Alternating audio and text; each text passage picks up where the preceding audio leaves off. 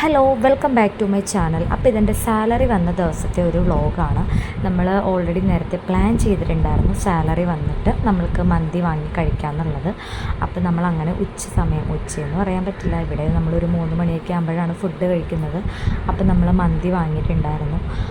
എനിക്ക് already normal മന്തിയാണ് ഇഷ്ടം, പിന്നെ അതുകൊണ്ട് അവരൊരു നോർമലും ഒരു അൽഫാം പീസുമാണ് നമ്മൾ വാങ്ങിയിട്ടുണ്ടായിരുന്നത്. അങ്ങനെ നമ്മൾ 3 ആളും കൂടി അങ്ങനെ ഫുഡെല്ലാം അടിച്ചിട്ടുണ്ടായിരുന്നു. പിന്നെ നമ്മൾ നേരെ പോയത് നമ്മുടെ പോത്തീസിലേക്കാണ്. പോത്തീസല്ല, നമ്മുടെ ഷീമാട്ടിയിലേക്കാണ്. നമ്മൾ കുറച്ച് ഡ്രസ്സും കാര്യങ്ങളുടെ മെറ്റീരിയൽസൊക്കെ എടുക്കാൻ വേണ്ടിയിട്ട് പോയതാണ്. അങ്ങനെ നമ്മൾ അതൊക്കെ എടുത്തു.